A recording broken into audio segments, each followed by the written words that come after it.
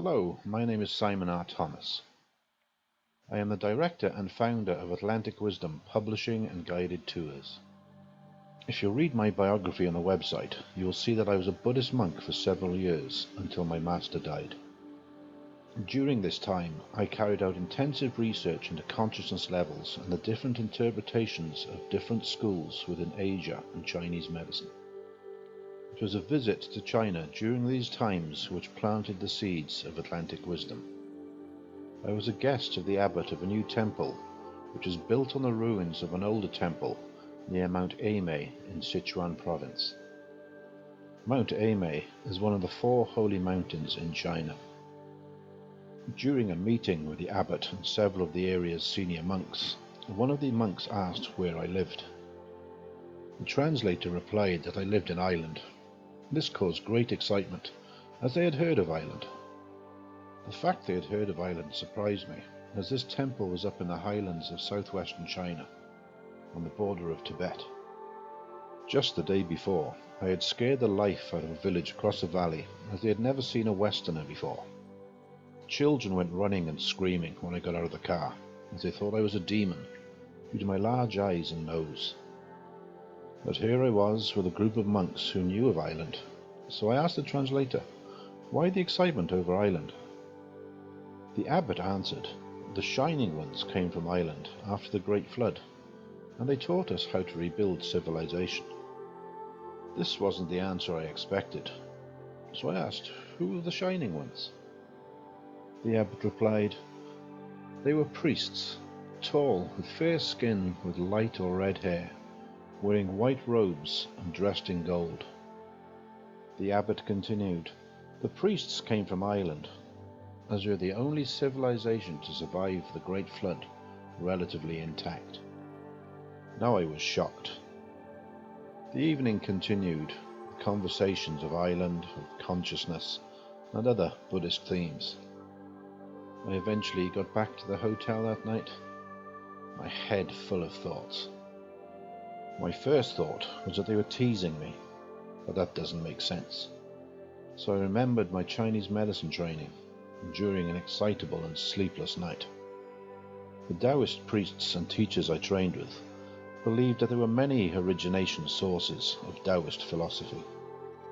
One was a group of Aryan people who were shipwrecked and stayed in China and taught the origins of society. Another explanation was of Siberian shaman coming down from Siberia into China and spreading their teachings. The common theme was that all of the teachings were gathered together under the Yellow Emperor's instruction and written down in 2500 BCE or 4500 years ago. These writings then became the foundation of Chinese metaphysics today, acupuncture, feng shui, astrology, and qigong.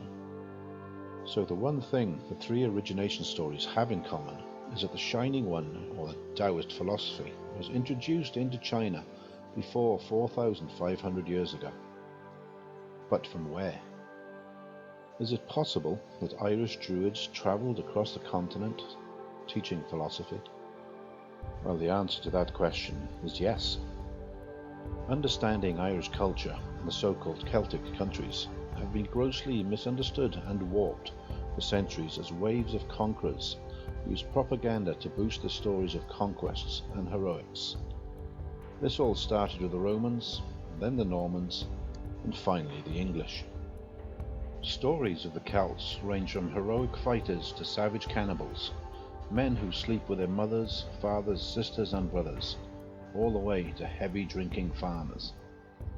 The druids, or the Celtic priests, were cast as an occult human sacrificing melee of chaos and headhunting, which was finally slaughtered and extinguished by the heroic Romans in Wales. Scholars in the 1700s invented the Celts phrase and wrote that the Celts were pushed to the world's edges as they were uncivilized barbarians, a view still held today by some. But things are changing. Works by Barry Cunliffe and John Koch, both leading archaeologists, have started shining a new light on the Celtic subject. Firstly, There's no Celtic empire as such, one which would be similar to the Roman or Greek empires. But there were many interconnected tribes which were connected by trade and cultural exchange through land, river and ocean networks. It was a lack of cohesion of these tribes which led to the demise at the Romans' hands in Gaul and in Britain.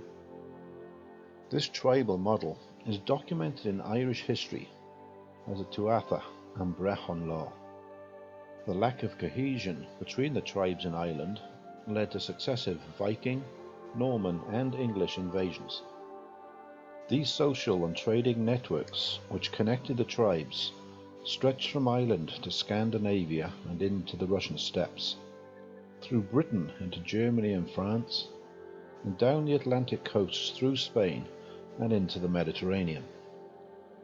There is evidence that this Atlantic network was established in the Mesolithic era, 8 to 10,000 years ago.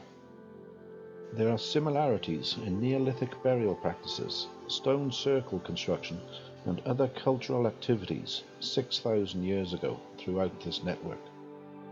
There are native species of plants and animals in southern Ireland which are only found in Spain and not in the nearby neighbour of the United Kingdom.